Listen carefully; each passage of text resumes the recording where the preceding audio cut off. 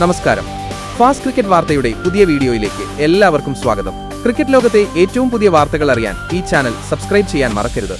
ഇപ്പോഴിതാ സഞ്ജുവിനെ പ്ലേയിംഗ് 11-ൽ നിന്നും പോലും ഒഴിവാക്കിയിരിക്കുകയാണ്. ഓസ്ട്രേലിയക്കെതിരായ 5ാം T20 മഴ കാരണം ഉപേക്ഷിച്ചു. ഇതോടെ പരമ്പര ഇന്ത്യ 2 മുതൽ 1 വരെ സ്വന്തമാക്കി. നേരത്തെ മോശം കാലാവസ്ഥ കാരണം പരമ്പരയിലെ ആദ്യ മത്സരവും ഉപേക്ഷിച്ചിരുന്നു.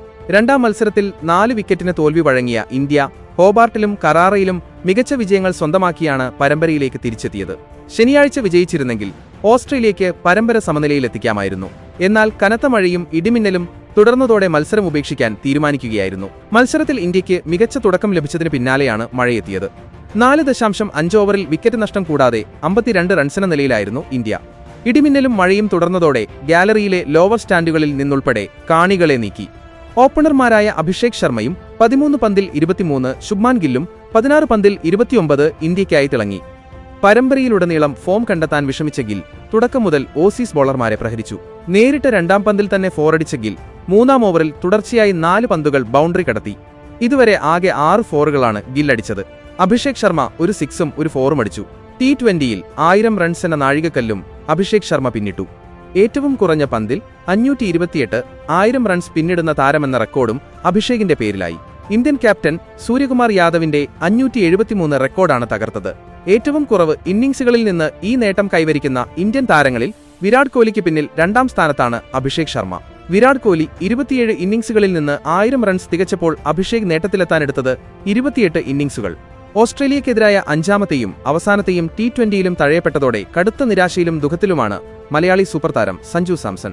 തൊട്ടുമുമ്പത്തെ 2 കളിയിലും ബെഞ്ചിലിരിക്കേണ്ടി വന്ന അദ്ദേഹത്തിന് ഈ മത്സരത്തിലെങ്കിലും കോൾ ലഭിക്കുമെന്നായിരുന്നു കരുതപ്പെട്ടിരുന്നത്. പക്ഷേ സഞ്ജുവിനെ വീണ്ടും തഴഞ്ഞ കോച്ച് ഗംഭീർ പകരം ജിതേഷ് ശർമ്മയെ പ്ലേയിംഗ് 11-ൽ നിലനിർത്തുകയായിരുന്നു. 5 മത്സരങ്ങളുള്ള ഈ പരമ്പരയിൽ ഒരേയൊരു അവസരമാണ് സഞ്ജുവിന് ലഭിച്ചത്.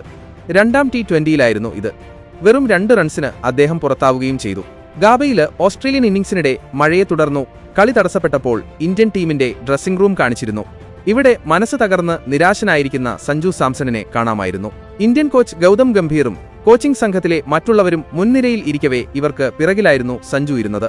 ടീം അംഗങ്ങളോ കോച്ചിംഗ് സംഘത്തിലുള്ളവരോ അദ്ദേഹത്തിനു കൂട്ടായി അരികിലില്ലായിരുന്നു.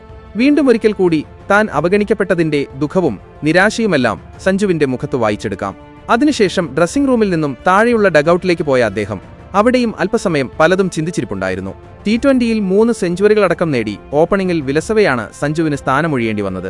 ഇതിനുശേഷം കൃത്യമായ ഒരു റോൾ നൽകാതെ അദ്ദേഹത്തെ പല പൊസിഷനുകളിലായി കളിപ്പിച്ച് വട്ടം കറക്കി ഫോമും താളവുമെല്ലാം നഷ്ടപ്പെടുത്തി. ഇപ്പോഴിതാ സഞ്ജുവിനെ പ്ലേയിംഗ് 11-ൽ നിന്നും പോലും ഒഴിവാക്കിയിരിക്കുകയാണ്. ഗാബയിലെ 5ാം T20-ലെ ടോസിനു മുമ്പ് ഗ്രൗണ്ടിൽ വെച്ച് സഞ്ജു സാംസണിനോട് ഇന്ത്യൻ കോച്ച് ഗൗതം ഗംഭീർ ഏറെ നേരം സംസാരിക്കുന്നതിന്റെ ദൃശ്യങ്ങൾ പുറത്തുവന്നിരുന്നു.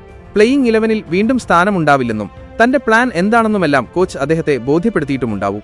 നേരത്തെ സഞ്ജുവിനെ നിരന്തരം പിന്തുണയ്ക്കുകയും അവസരങ്ങൾ നൽകുകയും ചെയ്തിട്ടുള്ള കോച്ചാണ് ഗംഭീർ. മുമ്പുണ്ടായിരുന്ന ഒരു ഇന്ത്യൻ കോച്ചിൽ നിന്നും അദ്ദേഹത്തിന് ഇത്രത്തോളം പിന്തുണ ലഭിച്ചിട്ടുമില്ല.